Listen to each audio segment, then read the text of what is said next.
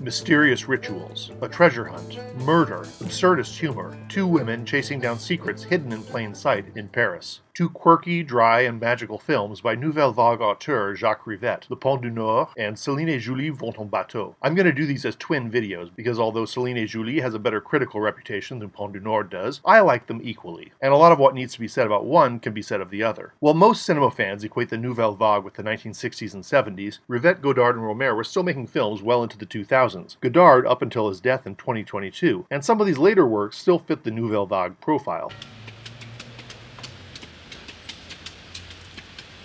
The two films I want to discuss, which I consider Rivette's Women in Trouble movies, are both comic, cosmic mysteries with a seriously creepy edge to them. Both films begin with two eccentric women being thrust together. In Pont du Nord, it's Marie, a recently released ex-con, and Baptiste, a homeless teenage kleptomaniac.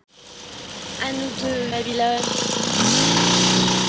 They're played with great chemistry by mother and daughter Bulle and Pascal Augier. Marie wants to reunite with her ex-boyfriend Julien, who's responsible for the bank robbery that landed her in jail. Baptiste believes that she's being thrown together with Marie by fate, and she follows her around like a puppy dog. In their downtime, Baptiste practices kung fu forms very badly. Her violent tendencies are mostly taken out on advertisements, but she nearly kills a sandwich board man along the way. When Baptiste compulsively swaps Julien's mysterious suitcase for a ringer, think Marcellus' suitcase in Pulp Fiction, the women find it full of random newspaper clippings and a sectioned-off map of Paris. Julien is desperate to get his case back, particularly that map, which Baptiste absconds with. Marie explains to Baptiste that the map is a game board for an old children's game, Le Jeu de Loi, which is a bit like Candyland or Snakes and Ladders. 4 of the spaces are traps, where the player must struggle to escape as they make their way to the center to capture treasure and win the game.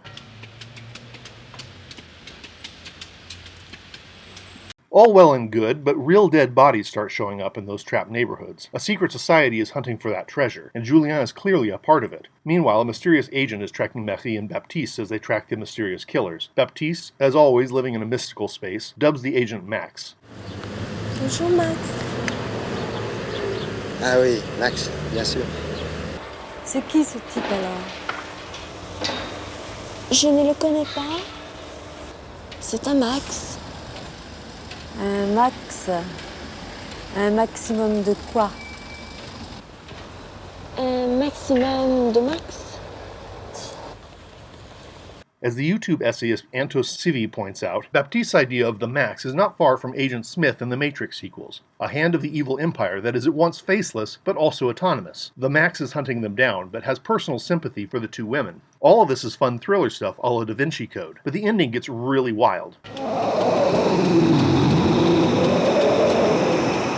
Marie and Baptiste are finally split up. Marie confronts Julien, and Baptiste confronts... Un dragon?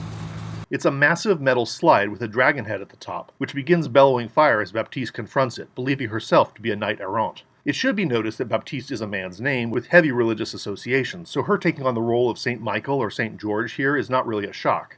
Next, she confronts the Max. Having cast aside her knife and gun, it's time for the kung fu. To her surprise, Max is actually a competent martial artist.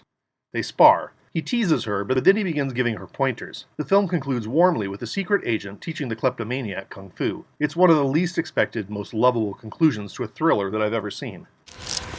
Easy. While the plot is based on Le Jeu de Loi, it's hard not to think that Rivette had snakes and ladders in mind as well. Staircases feature repeatedly, always as the two women get closer to achieving their goals. The serpent-shaped slide that threatens to thwart Baptiste at the end is the grand finale. This may be a coincidence, but it feels like Rivette is free associating. Critics of the time complained about the film's somewhat loose structure compared to earlier works. I have to think those guys never watched the first hour of Rivette's Out 1.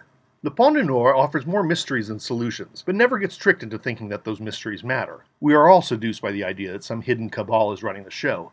Insert your own hated other group here. It's a simple way to categorize and organize your fears. It doesn't really matter if Julien is looking for treasure, or if Jesus had a kid, or if the world is flat and the moon landing was faked, etc., etc., etc. What does matter is if we let those fears control our minds and actions. The surprise of the Max teaching kung fu to Baptiste at the end is the beautiful surprise that the world is bigger than our own little obsessions. Pas mal.